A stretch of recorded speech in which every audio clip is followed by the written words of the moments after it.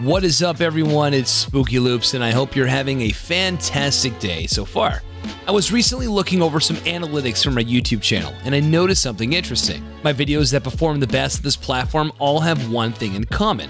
So for today's video, I figured we would keep that train a-chugging and discuss a topic that to this day is still widely debated in Dead by Daylight: tunneling. Before we get into the video, I just wanted to share my thanks and appreciation to everyone that has supported the channel so far. We just reached 30,000 subscribers, and my friends, that is pretty damn cool. If you haven't subscribed yet, please consider doing so, as it helps the channel tremendously. And did I mention that it's free? All right, let's get into it.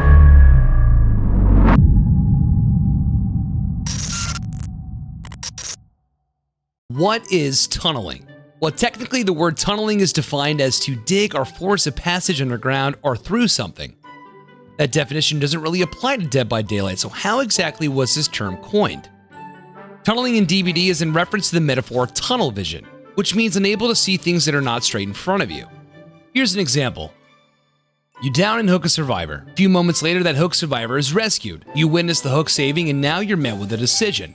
Do you pursue the survivor that performed the rescue? Or do you go for the injured survivor that just came off the hook?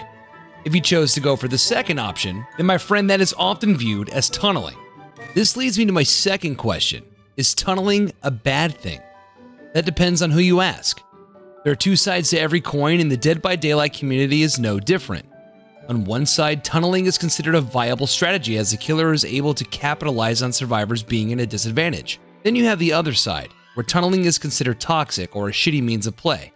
Well, obviously this matter wasn't confined to just a small pool of players, because Dead by Daylight themselves introduced two survivor perks to combat tunneling, those perks being Decisive Strike and Borrowed Time. When coming off of a hook, it's no shocker that the survivor is in a pretty big disadvantage. You have the unhook animation, the temporary idle state when first being rescued, and then ultimately you're still injured. If the killer decides to tunnel you off the hook and pick you back up, Decisive Strike stuns the killer for 5 seconds, allowing you to escape their grasp. Granted, you hit the skill check, of course. And Borrowed Time instantly grants the rescued survivor the endurance status effect for 12 seconds, allowing them to take a hit and gives them safe passage to a better location. Now, both of these perks have had some changes over time, some for better or some for worse. Again, it depends on who you ask. The point being is there are strong perks available for the survivors to use to assist in tunneling. So strong, in fact, that Borrowed Time was the second most used survivor perk from 2017 through 2021, according to Dead by Daylight's own statistics. So if perks like Decisive Strike and Borrowed Time are made so readily available and are commonly used, why is tunneling still so frowned upon? This answer is quite simple, actually. Tunneling is frowned upon because it's just not fun. When a survivor spends more time hanging on a hook than they do playing the game, this tends to create a frustrating experience. And here's what we have to ask ourselves. Whenever two opposing forces enter a game of DBD with conflicting objectives, is it really the other side's responsibility to care how much fun the other is having? I know this may be hard to swallow for some, so be prepared, but the reality of the situation is no. Don't get me wrong, the killer is more powerful than the survivors. Everyone knows that. Aside from the very tippy-top peak of DBD, the killer usually dictates the flow of the match. And that's because, well, they're supposed to. That's the game, right? With that being said, the flow swings both ways. If the survivors are making great runs and gens are flying, the killer has affected the flow of the match because they made poor decisions in regards to managing their time. It also goes the other way, when the killer is being more oppressive and is capitalizing on pressure. Everyone wants to win, and nobody enjoys losing. Some players handle the loss better than others, but this is where the controversy arises. A good portion of the Dead by Daylight community have become so accustomed to perceive tunneling as against the rules or taboo, rather than a means of strategy. If the killer is having a difficult time completing a chase, the remaining survivors capitalize on their absence by finishing gens uncontested. And that is 100% the right thing to do. However, if the killer attempts to eliminate a player faster in order to regain control of the match, is there really a difference? This creates a double standard within the community, as some believe others should play a certain way while they have the freedom to perform as they see fit. That's like a football team telling the other side to only go for field goals while you're allowed to make touchdowns. Sounds kind of silly, doesn't it?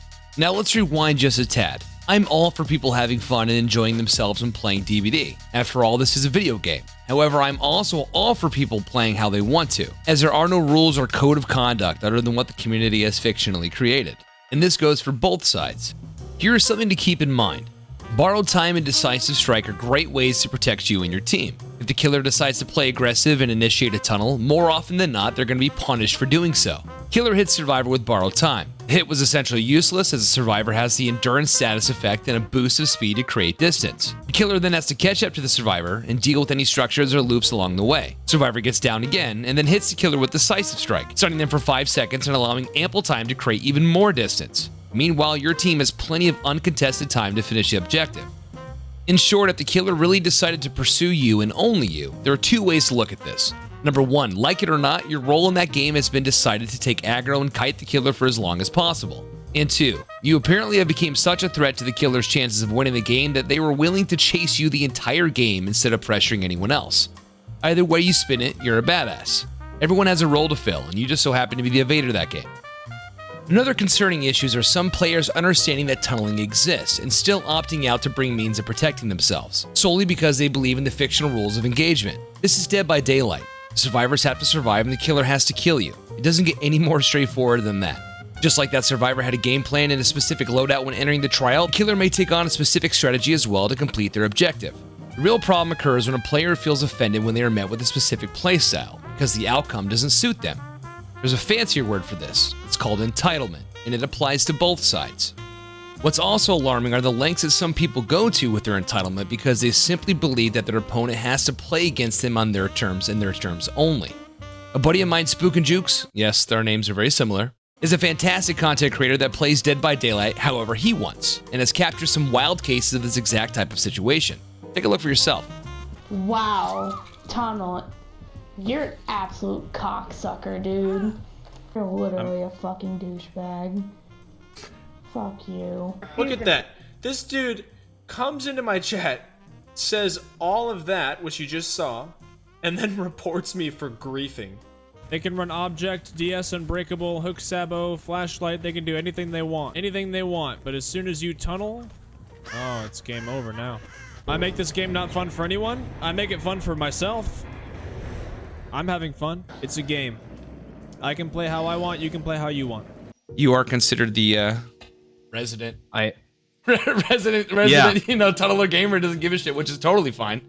Yes, BT is something that'll actually, in a lot of cases, deter me from tunneling. Like if I'm like, okay, I'm gonna try to down this person, and maybe try to hook them again. And if they have BT, I'm like, all right, well, okay, you go mend, and I'll go commit to this person now. So it depends on the scenario, though. It depends on how many gens are left. Depends on a lot. But BT is something that does deter me from tunneling. Yeah, four hooks, 2 gens left. I think trying to get somebody out of the game as quick as possible is your best bet. Obviously, there's probably really good killers out there who could swing it, but that's not me. People really put a lot of pressure on killers for like everybody's fun in the match is dependent on you, but really it's like their fun is dependent on the survivors as well. Like it's just like survivors expect a lot. Like they expect no tunneling, no camping, no slugging a lot of the time. They don't want you to use certain perks and all this stuff. And there's an analogy that I use a lot, and it's that if your friend's on a generator and it's at 75%,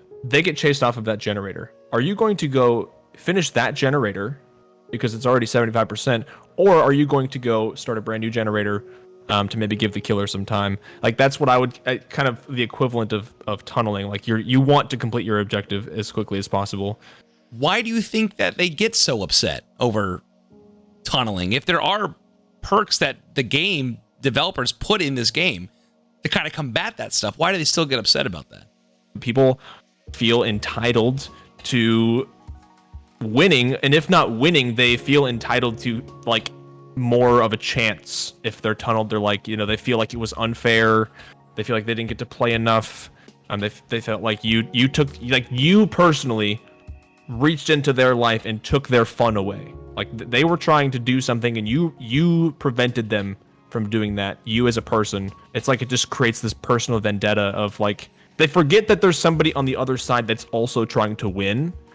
They completely forget that. Like this person wants to win, this person has objectives and they want to complete those objectives, but they completely forget that, and they just think of, well, I didn't have fun. Like I didn't have fun. This didn't go my way. There's also one more thing to discuss in this video, and this is ultimately the survivor feeling that they were tunneled when in reality they lacked information to understand the situation. Let me elaborate. You get unhooked and run away to heal. Killer is currently involved in another chase, and the chase survivor accidentally brings the chase your way. Killer hits the survivor and then they run off, and you so happen to be right there hiding behind a rock healing. Remember, ample time has passed as you've been unhooked, but the killer goes to down you as you are the weakest link in that moment. Is that considered tunneling? Or do you feel that the killer should hook someone else before engaging you? I would love to hear your opinion down in the comments.